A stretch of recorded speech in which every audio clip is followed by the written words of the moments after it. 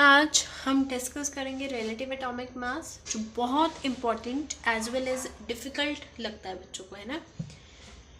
तो देखो, अगर आप समझ रहे थे पहले से, आप फ्रस्ट्रेटेड हो, समझ में कुछ नहीं आ रहा, ठीक है, तो पहले तो आधा घंटा रिलैक्स हो, पानी पुनी पियो, सो जाओ, रिलैक्स हो, फिर आना, फिर समझना, ठीक है।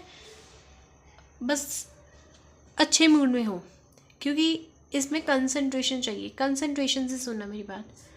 तो स्टार्ट कर रहे हैं रिलेटिव एटॉमिक कॉन्सेप्ट। रिलेटिव, अच्छा, एटॉमिक मास तो हर बच्चे को पता है। जैसे हाइड्रोजन का 1 है, कार्बन का 16 है, नाइट्रोजन का 14 है, कार्बन का 12 है, ऑक्सीजन का 16 है। ये तो क्वेश्चंस करते ही रिमेंबर हो जाते हैं। लेकिन रिलेटिव एटॉमिक मास क्या है, किसी के रिस्पेक्ट में निकालना। अगर मैं यहाँ पे एक लाइन लिख दूँ तो आपको समझ में नहीं आएगा कि मैंने क्या लिख दिया। देखो, अगर मैं यहाँ पे लाइन लिखूँ ना, मैं आपको समझाऊंगी, पर पहले मैं लिख देती हूँ। Standard reference element C12 isotope. नहीं समझ में आई नो, उसके लिए हम एक अच्छा एग्जाम्पल लेते हैं। तो वो एग्जाम्पल क्या है जो आपकी बुक में भी है, एनसीईआरटी के में, वाटरमेलन। अब ये सभी वाटरमेलन के एग्जाम्पल क्यों दे रहे हैं, क्योंकि वो बहुत इंपॉर्टेंट है। उसके बिना आपको समझ में शायद किसी बच्चे को आए, ठीक है। तो according to 9th class level ये एग्जाम्पल बेस्ट एग्जाम्पल है, ठीक है। तो देखो, आई हैव अ वाटरमेलन। ये मेरे पास वाटरमेलन है जिसका जो मास है ना 60 kg। इट इज़ इम्पॉसिबल कि किसी वाटरमेलन का मास 60 kg हो सकता है, नहीं, ये जस्ट हमने एज्यूम किया है। और एक तकड़ी पड़ी है शॉप में, ठीक है। ये देखो, तराजू पड़ा है ना, जिसको हम बोलते हैं तराजू पड़ा है शॉप में। मान लो कोई गया है ना, कोई फ्रूट्स लेने या वेजिटेबल लेने गया शॉप में। मैंने क्या कहा, कोई फ्रूट्स से वेजिटेबल लेने का गया है ना। अब उसने कहा कि अंकल को कि मुझे क्या चाहिए, 2 एप्पल चाहिए, या मान लो 1 एप्पल ले लो, है ना, 1 एप्पल चाहिए। तो उसने कहा कि मुझे इसका मास भी बता दो, कितना मैं पैसे दूंगा। तो उसने कहा कि मेरे पास तो 1 एप्पल का वेट फाइंड करने के लिए कुछ है ही नहीं। मैं 1 एप्पल का आपको मास बता दूंगा, लेकिन मेरे पास 1 एप्पल। उसने क्या करा, 1 एप्पल लिया, उसने ना 1 kg का रख दिया बट्टा। अब 1 kg, देखो यार, एप्पल छोटा सा है ना, 1 kg का रख दिया, तो ऑफकोर्स है कि वेट मास इसी का ज़्यादा होगा, इसी का ज़्यादा निकल के आएगा। फिर उसने क्या किया, 500 ग्राम्स का ले लिया, वो फिर भी इधर था।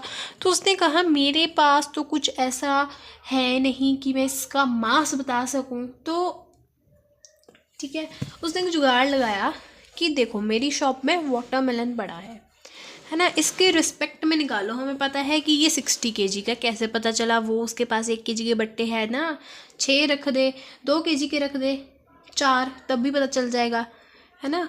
ज़्यादा भी होते हैं, 5 1 रख दे, 5 kg का, और एक साथ में 1 kg का रख दे, 60 kg पता चल जाएगा।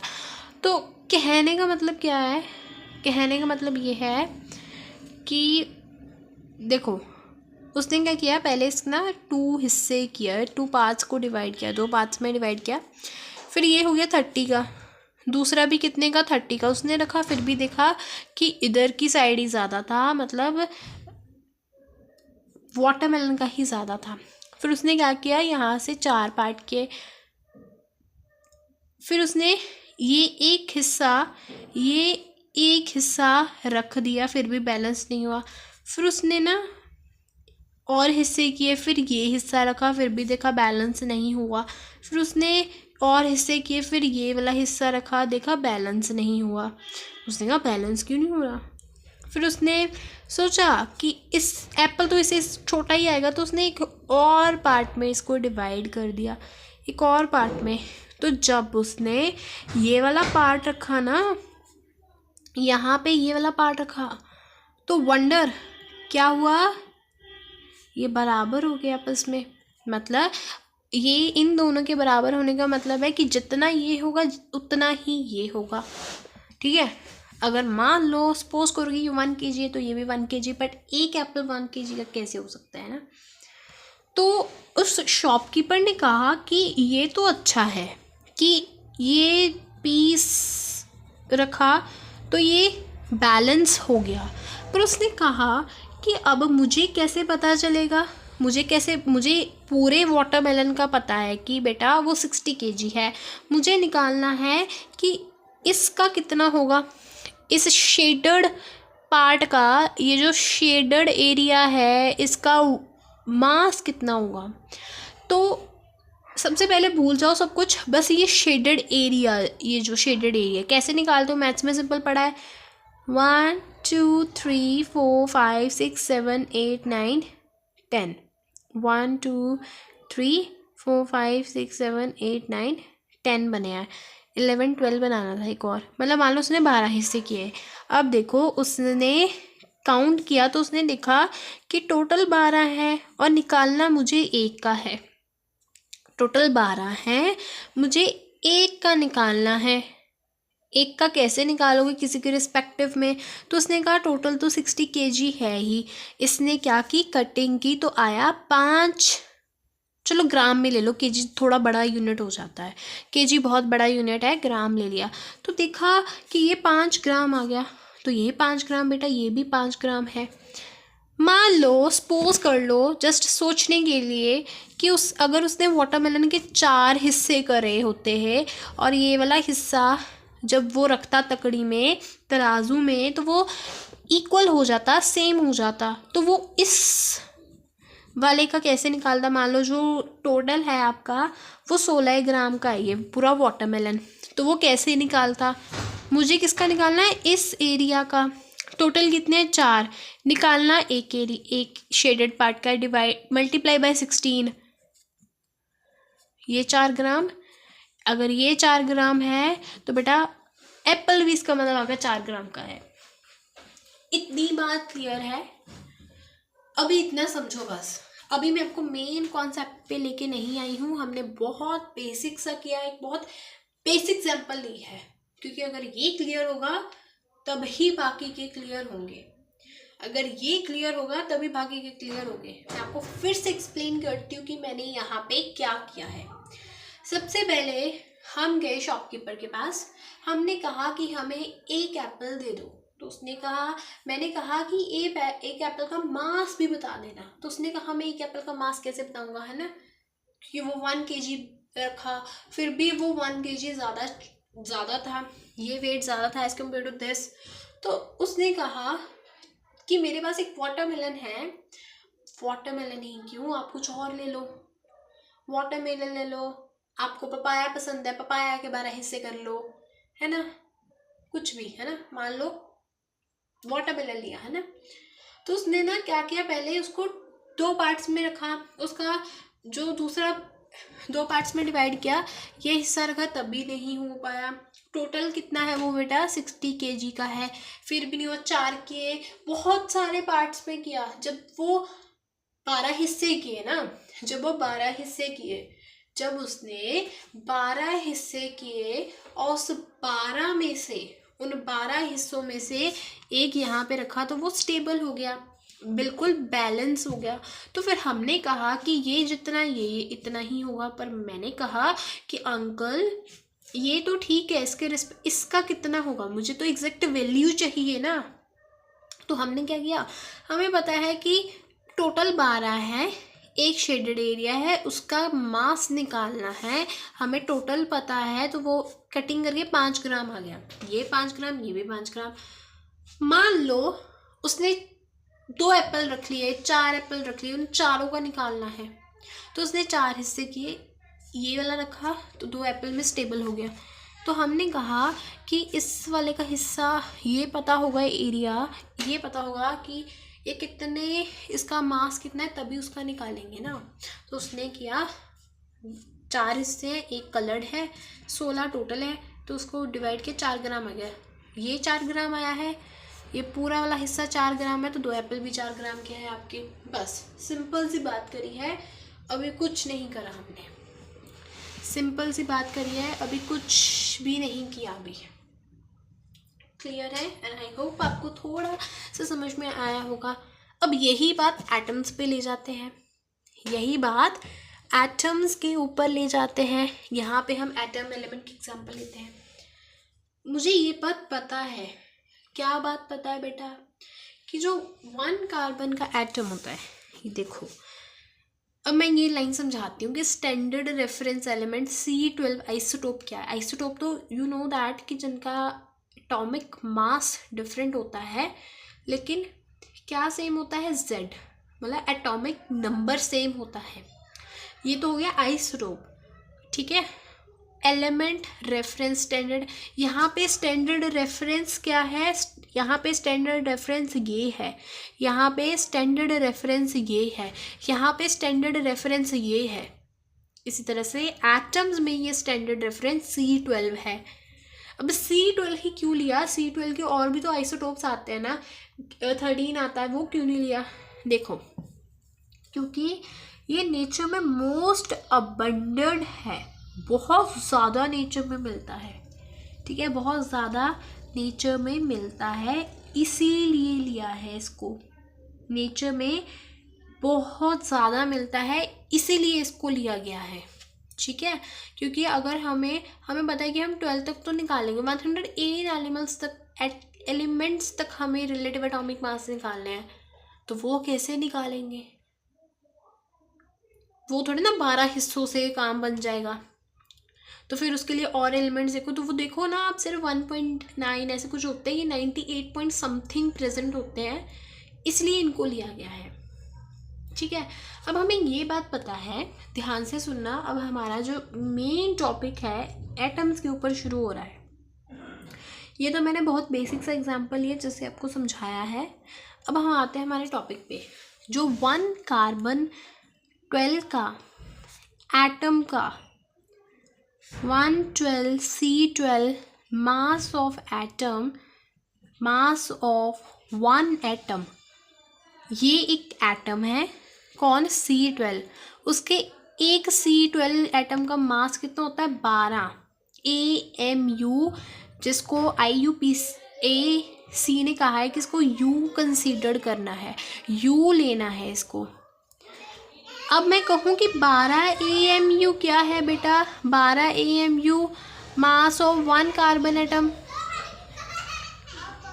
कार्बन एटम, यहाँ पे मैंने बहुत डायसेक्ट करके लिख दिया ना, कुछ समझ में नहीं आ रहा, यहाँ पे लिख लेना मास of 1 carbon atom, 1 carbon C12 atom, कि C12 कार्बन के एक एटम का मास है 12 AMU। 12 AMU क्या है, मास है कार्बन के एक एटम का। मुझे यहाँ से U की वैल्यू निकालनी है। U की वैल्यू कैसे निकलेगी, U is equals to mass of 1 carbon atom, ये यहाँ पे मल्टीप्लाई है, ओवर में डिवाइड हो जाएगा, तो U की वैल्यू जो आई है वो मास of 1 carbon atom divided by 12 आई है। और इस तरह से भी मैं लिख सकती हूँ 1/12 into mass of 1 C12 carbon atom. जब मैं इसको 1 से मल्टीप्लाई करूँगी मास ऑफ C12 कार्बन एटम, तो मास of C12 carbon atom divided by 12 आ जाएगा। नहीं समझ में आया? बहुत बच्चे होंगे जिनको ये बात समझ में नहीं आई। मैं फिर से रिपीट कर रही हूँ, मैं फिर से आपको समझाऊंगी कि मास जो है कार्बन C12 मेरे पास है, उसका एक एटम मेरे पास है, उसका मास हमने पढ़ रखा है कि 12 AMU होता है, 12 AMU होता है। तो मैंने कहा 12 AMU क्या है, आपने कहा कि मास ऑफ 1 कार्बन एटम। मुझे यहाँ से U की वैल्यू निकालनी है, मुझे यहाँ पे जानना है ये U क्या है। तो मैंने क्या किया, U इस तरफ, इसकी वैल्यू निकाली थी मास ऑफ 1 कार्बन एटम, ये यहाँ पे मल्टीप्लाई, यहाँ पे डिवाइड, यहाँ को 1 से लिख दिया, बस ये सिंपल स्टेप किया है। इतना क्लियर है? येस और नो? इतनी बात क्लियर है बेटा? ठीक है। अगर नहीं क्लियर है वीडियो को फिर से देखो, बहुत बेसिक है, इसमें मैंने कुछ नहीं किया, इसमें सिर्फ मैथ्स यूज़ किया है, ठीक है। कंफ्यूज मत हो बस, ठीक है। तो अब देखो, अब जो 1/12 है, यहाँ पे भी तो हमने 1/12 लिखा था ना, ये 1/12 है, यहाँ पे मैंने लिखा था 1/12। यहाँ पे देखो, ध्यान से करो, सुनो, देखो मैंने क्या किया, यहाँ पे कार्बन C12 लिया, जिसके मैंने 12 पार्ट्स कर दिए। मान लो ये 12 पार्ट्स है, चलो फिर मैं कर ही देती हूँ, कंफ्यूज मत होना, ठीक है। अब मुझे नहीं पता मैंने कितने करे हैं, मान लो ये 12 हिस्से हैं, मुझे निकालना है किसका, इसका मास। वहाँ पे तो हमें ये बात पता थी बेटा, वहाँ पे ये हमें पता था कि वो 60 kg का है, ये 16 kg का है। यहाँ पे मुझे एक हिस्से का निकालना है, टोटल 12, एक हिस्से का निकालना है, एक हिस्से का निकालना है। और किसका निकालना है, कार्बन C12 एटम का। यहाँ पे तो मुझे मास गिवन था 60 kg, यहाँ पे मुझे मास गिवन था 16 kg। क्या आपको मास ऑफ कार्बन C12 एटम का पता है? पता है, 1.99 इंटू 10⁻⁻23 ग्राम होता है। जब आप इसको सॉल्व करते हो तो आपके पास आता है 1.673 10⁻24 ग्राम, ये वैल्यू आपके पास आती है। अब कुछ समझे, कुछ समझ में आया यहाँ पे?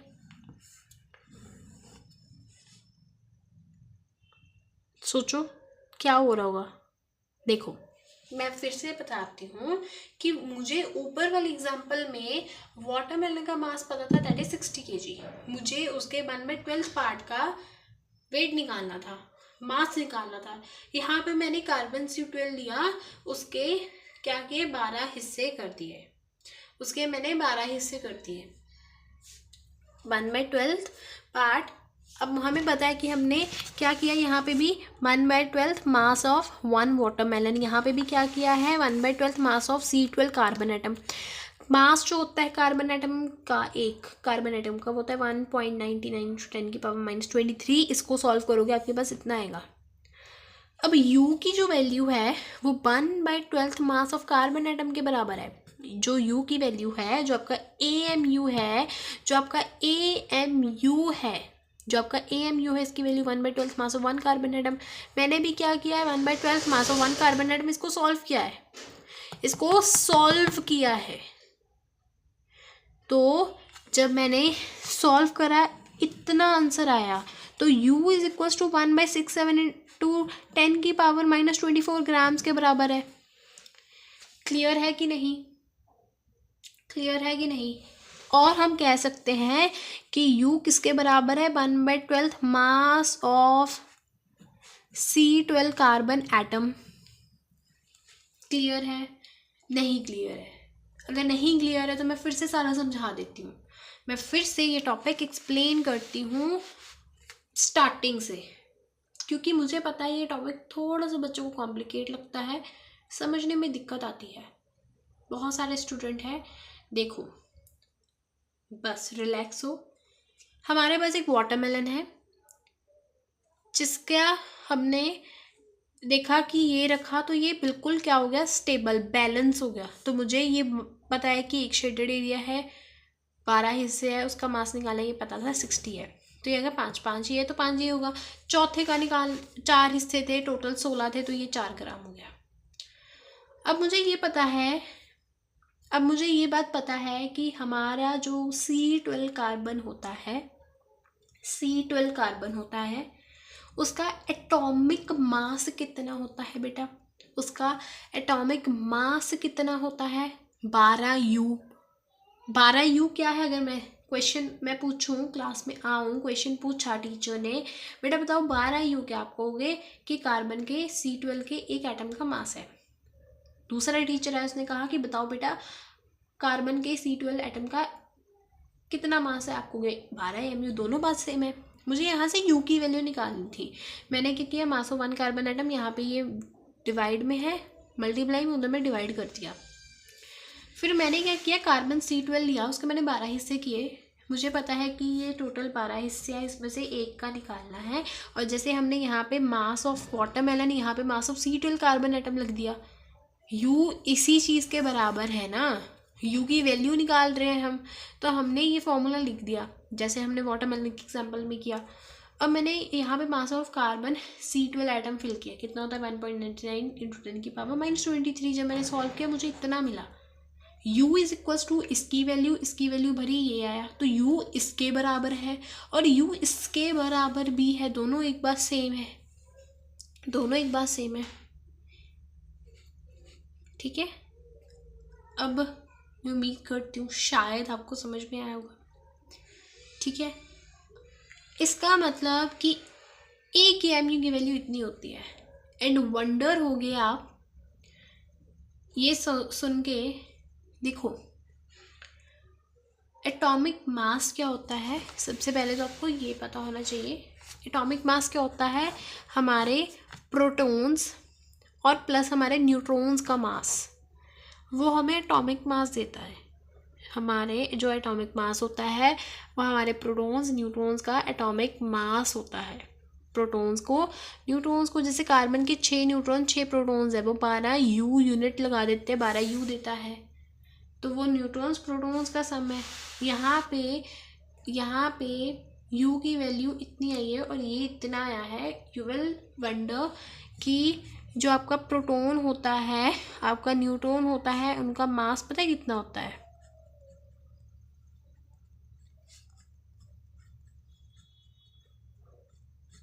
इतना। क्या ये वैल्यू देखी है कहीं? यस, U की वैल्यू में देखी है। और जो हाइड्रोजन का पूरा, यहाँ पे तुमने 1/12 पार्ट निकाला हाइड्रोजन के पूरे एटम का मास, वो भी इतना ही होता है। कितना? 1.67 10 की पावर -24 ग्राम्स होता है। तो मतलब कि ये जो U की वैल्यू है 1U, या फिर आप कह सकते हो 1AMU, दोनों बात सेम है, बट अभी हम इसको U में लिखते हैं, तो बेटा मैं U लिख रही हूँ। ठीक है, तो ये जो U की वैल्यू जितनी आई है ना, ये प्रोटॉन्स न्यूट्रॉन्स का दोनों का मास भी इतना ही होता है, और 1 हाइड्रोजन के पूरे एक एटम का मास भी इतना ही होता है। ठीक है, ठीक है, एक बार वीडियो को फिर से देखना, समझ में आ जाएगा। एक बार फिर से देखना, समझ में आ जाएगा। अब यहाँ पे ना जो स्टैंडर्ड रेफरेंस वाले ऑक्सीजन हाइड्रोजन को भी लिया गया था, पर उनको छोड़ दिया गया था क्योंकि उससे वैल्यूज़ बहुत बड़ी आ रही थी, इसलिए। ठीक है, क्लियर है? क्लियर है। अब ध्यान से सुनना जो मैं आपको बता रही हूँ। मैं नेक्स्ट पेज ओपन कर रही हूँ। अब देखो, अब मुझे ना ये वैल्यू आ गई मेरे पास 1.66 इंट, बेटा ना ये अप्रॉक्स में लेते हैं, कभी बार हम 1.67 लेते हैं, कभी बार 1.673। मैं आपको रेफ़र करूँगी कि आप इसके पीछे 7 भी लिख सकते हो, 6 भी लिख सकते हो, दोनों एक बात है, हम राउंड ऑफ करके लेते हैं। तो वो आप पे डिपेंड करता है, आप ये भी वैल्यू ले सकती हो, मैं यहाँ पे लिख देती हूँ सो दैट कि आप कन्फ्यूज़ ना हो। आप ये वैल्यू भी ले सकते हो, दोनों हम राउंड ऑफ करके लेते हैं। अब मुझे मास ऑफ 1 हाइड्रोजन एटम निकालना है। शायद आपको यहाँ से समझ में ना आए, पहले ही कह रही हूँ, ध्यान से सुनना। मुझे हाइड्रोजन के एक एटम का मास निकालना है। मेरे पास हाइड्रोजन है, मुझे हाइड्रोजन के एक एटम का मास निकालना है। एक एटम का मास वो किस तरह से आया होगा, मैं आपको वो बता रही हूँ। जो हमारे हाइड्रोजन के एक एटम का मास हमें पता है कि 1U होता है, लेकिन मैं आपको बता रही हूँ कैसे आया होगा, कैसे आया है वो। देखो मैं किसके रिस्पेक्टिव में निकाल रही हूँ, ध्यान से सुनना। मुझे ये बात अच्छे से पता है कि जो हाइड्रोजन है उसके एक एटम का मास एक यू होता है, या फिर 1.66 या फिर 1.67 10⁻24 में होता है। ये बात मुझे पता है। मैं आपको बता रही हूँ कि ये 1U किस तरह से आया है। 1U किस तरह से आया है, देखो ध्यान से सुना। मुझे जो हाइड्रोजन है उसके एक एटम का मास पता है, कितना है 1.67 इंटू 10⁻24। और मैं इसका जो मास है ना, मैं इसका मास निकालना चाहती हूँ, किसके रिस्पेक्टिव में निकालना चाहती हूँ, इस नंबर के रिस्पेक्टिव में। सारे मास इस नंबर के रिस्पेक्टिव से में ही निकले हैं। रिस्पेक्टिव वर्ड यूज़ किया है, मतलब मुझे डिवाइड करना पड़ेगा। 1.67 इंटू 10⁻24 से कैंसिल किया, मेरे पास आया 1। मेरे पास आया 1। और हमें ये अच्छे से पता है कि ये भी यू में होगा। चलो ये नहीं पता, लेकिन बेटा ये तो पता है ना कि ये एक यू की वैल्यू है, ये एक यू की वैल्यू, साथ में यू आ गया। इसी तरह से मैं मास ऑफ कार्बन का निकालूं इसके रिस्पेक्टिव में, तो 1.99 इंटू 10⁻24 होता है, 23 होता है, divided by this. When you solve you will get 12U. You will get the answer 12U. Similarly oxygen का निकालो। ऑक्सीजन का कितना होता है एक एटम का मास, ये तो इसके रिस्पेक्टिव में निकालना है ना। उसका होता है 2.66 10⁻23। जब इसको सॉल्व करोगे आपके पास 16G आ जाएगा। अप्रॉक्स में आएगा, सारे अप्रॉक्स में है। कार्बन का हमने निकाल लिया। ये तो हो गया पहला मेथड। दूसरे मेथड से भी आप जो मासेस निकाल सकते हो। देखो जब हम कार्बन की बात करते हैं, जब मैं कार्बन की बात करती हूँ, दूसरा मेथड सीख लो। उसके अंदर 6 प्रोटॉन्स और 6 न्यूट्रॉन्स होते हैं। हमें पता है कि अगर मुझे मास निकालना है तो प्रोटॉन्स का मास प्लस न्यूट्रॉन्स का मास करना पड़ेगा। प्रोटॉन्स का मास, न्यूट्रॉन का मास, इसके अंदर 6 है, इसके अंदर 6 इंटू प्रोटॉन का मास कितना होता है, जो मैंने आपको बताया U plus 6U which is equals to 16U plus 16U। 6U plus 6U कितना होगा बेटा 12U। कितना होगा 12U। यहाँ पे देखो, यहाँ पे कंफ्यूज हो गई कि 2U क्यों नहीं आया है ना। देखो यहाँ से U है, U कॉमन निकालिए, 6 plus 6 U divided by 12U। Confuse मत हो ना कि 2U क्यों नहीं आया। इसी तरह से मैं ऑक्सीजन का निकाल लूँ। ऑक्सीजन का कितना होता है एटॉमिक नंबर 8 प्लस 8 N। यहाँ से मैंने क्या निकाल लिया 8, इसका मास U। अब मैं U क्यों ले रही हूँ, बहुत सारे बच्चों को कन्फ्यूज़न होगी, मैंने U क्यों लिया यहाँ पे। देखो मैंने यहाँ पे आपको बताया है कि जो प्रोटॉन्स और न्यूट्रॉन्स का मास है 1.67 इंटू 10⁻24 होता है। मैंने बताया U की वैल्यू 1.67 इंटू 10⁻24 होता है। तो यहाँ पे मैंने सीधा U लिख दिया। अगर U नहीं लिखना है, आप कन्फ्यूज़ हो रहे, चलो छोड़ो। 1.67 इंटू 10⁻24 प्लस 1.67 इंटू 10⁻24, यहाँ पे 8 भी आएगा। यहाँ पे मैंने 1.67 इंटू 10⁻24 कॉमन ले लिया, 8 प्लस 8 बचा, कितना आ गया 1.67 इंटू 10⁻24 16। इसको मैंने U लिख लिया क्योंकि हमें पता है कि U के बराबर होता है 16, ये हो गया 16U। ऐसे कर लो, दोनों बात सेम ही है, देयर इज़ नो डिफरेंस, कोई भी फ़र्क नहीं है। और ये जो हम सब कर रहे हैं रिलेटिव एटॉमिक मास, तो ये हमें जॉन डाल्टन ने, थॉमस थॉमसन ने दिया था 1805 से 1808 तक दिया था। अब इतनी बात क्लियर है। अगर किसी बच्चे को इतना डाउट है तो वो पूछे, तो वो पूछ सकता है, कमेंट सेक्शन में बता देना, ठीक है। अब एक छोटा सा कॉन्सेप्ट समझते हैं, छोटा सा, बहुत बड़ा नहीं है, छोटा सा है, छोटा सा, कि थोड़ी बहुत ही लाइंस लिखूंगी, ठीक है, और मैं आपको बताती हूँ कि ये क्या होता है। इसकी पहले तो ये डायमेंशन लेस होता है, डायमेंशन लेने दो, कंफ्यूज हो गई, यूनिट लेस है, इसकी कोई यूनिट नहीं होती। रिलेटिव एटॉमिक मास की, रिलेटिव एटॉमिक मास की यूनिट नहीं होती है। क्यों नहीं होती है, अब आप पूछोगे क्यों नहीं होती है ना।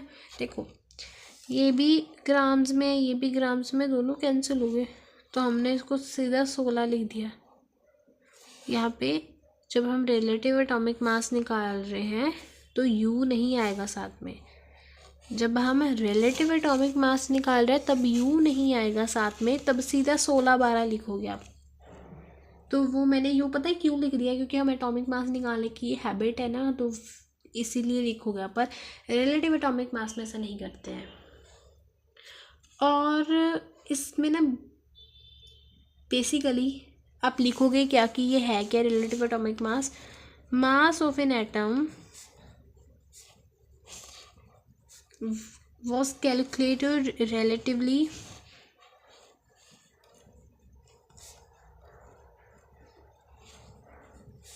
using standard atom of known और असाइंड वैल्यू। क्या लिख दिया ये मैंने, देखो, मास ऑफ एन एटम, जो मास एटम का, वो उसको रिलेटिवली कैलकुलेट करते हैं बाय यूजिंग स्टैंडर्ड रेफरेंस, जिसको एक पर्टिकुलरली वैल्यू असाइन की जाती है। हमने स्टैंडर्ड रेफरेंस यहाँ पे C12 लिया था, जिसका हमें पता है कि पर्टिकुलरली वैल्यू क्या होगी, उसके मास की वैल्यू पता है, उसके U किसके बराबर है, मास किस तरह से कैलकुलेट करना है। Relative atomic mass 1/12 mass of C12 carbon isotope, ठीक है। अब यही है बस आपके लिए, ठीक है, इतना कर लो। आई होप आपको ये कॉन्सेप्ट थोड़ा सा समझ में आया होगा। अगर बहुत डिफ़िकल्ट लग रहा है ना, तो वीडियो को 2 से 3 बार देखो, समझ में आ जाएगा। अब एक छोटा सा बात बताऊंगी, लास्ट टॉपिक, लास्ट कॉन्सेप्ट है हमारा, कि इसका फॉर्मूला डेरिवेशन किस तरह से होता है ना। देखो, बहुत 10-20 मिनट लूँगी आपके, मैं ध्यान से समझना, शायद 5 मिनट में भी हो जाए। सिंपल सा टॉपिक है कि तकड़ी है, तराजू है, ठीक है। यहाँ पे मैंने ये ना क्या लिया, कैपल लिया, मान लो इसको मैंने नाम दे दिया है Y। यहाँ पे पहले मैंने 1 रखा फिर भी बैलेंस नहीं हुआ, 2 रखा फिर भी बैलेंस नहीं हुआ। तो हमें पता है कि जो Y का मास है, mass of Y will be equal to, जो Y का मास है वो इस मास के बराबर होगा। जो Y का मास है वो किसके बराबर होगा, मास ऑफ, इसको नाम दे दो चलो x0, x के बराबर। हमें पता है कि y का मास निकालने में उसके बराबर होगा। पहले 1 रखा फिर बैलेंस नहीं हुआ, 2 रखा फिर बैलेंस नहीं हुआ, 3 रखा फिर बैलेंस हुआ, 3 रखे तो फिर बैलेंस हुआ, 3x आ गया। मास ऑफ x कितने x है, 3 है, तो 3 is equals to mass of y, mass of y divided by mass of x। तो ये जो 3 आया ना, ये रिलेटिव एटॉमिक मास है। देखो, मैंने क्या लिया, एक वेइंग मशीन ली, एक तकड़ी ली, ठीक है। वहाँ पे मैंने एक साइड पे कार्बन, मतलब कुछ भी रखा, कुछ भी, और मुझे पता है कि ये जो वाई सब्सटेंस है इसका मास किसके बराबर होगा, इस एक्स वाले मास के। पहले मैंने 1 रखा बैलेंस नहीं हुआ, 2 रखे बैलेंस नहीं हुआ, 3 रखे बैलेंस नहीं हुआ, 4 रखे बैलेंस नहीं हुआ, 5 रखे बैलेंस नहीं हुआ, यहाँ पे 5 आ गया, तो 5 रिलेटिव एटॉमिक मास। 6 रखे बैलेंस नहीं हुआ, 6 रिलेटिव एटॉमिक मास, और इस ये इधर आ गया, ये इधर मल्टीप्लाई था इधर डिवाइड में, तो ये mass of Y divided by mass of X. नहीं समझ में आया है, देखो देखो ध्यान से सुनो, अच्छे से सुनो। आपके पास एक तराजू है, उसके ऊपर आपने मान लो एक एप्पल रखा, आपने एक एप्पल रखा, आपने ना यहाँ पे ना आपने किसके रिस्पेक्टिव में निकाल लो, मतलब मान लो आप आंवला के रिस्पेक्टिव में निकाल लो, तो आपने पहले एक आंवला रखा, 2 रखा, 3 रखा, 4 रखा, 5 रखा, फिर जाके वो बैलेंस हुआ 6 पे 7 पे जाके बैलेंस हुआ, मान लो 7 8 पे बैलेंस हो गया, 8 पे बैलेंस हुआ, 8 आंवला रखे which is equals to 8 1 apple. 8 आंवला इज इक्वल्स टू 1 एप्पल। हमें पता है कि मुझे जो मास है, मास किसका, जो हमारा वाई सब्सटेंस है, मान लो एप्पल वाई है, मास ऑफ वाई किसके बराबर हो गया, एक्स के बराबर। मुझे मास पता नहीं है वाई का, मैंने बराबर मास ऑफ ये जो एक्स सब्सटेंस है, मास ऑफ एक्स सब्सटेंस है वो कितना है, वो 1 होगा, वो हमने 5 6 8 रखे तो बैलेंस हुआ है। ये जो मास ऑफ एक्स है वो इधर चले जाएगा क्योंकि इसको साइड में रखना है, तो ये रिलेटिव एटॉमिक मास है। 8 हो 7 हो, ऐसे कुछ भी एग्जाम्पल ले सकते हो। अगर ये बात समझ में नहीं आ रही है बस यहाँ तक समझ लो अच्छे से, ठीक है। अगर ये समझ में आ रही बहुत अच्छी बात है, नहीं समझ में आ रही कोई बात नहीं।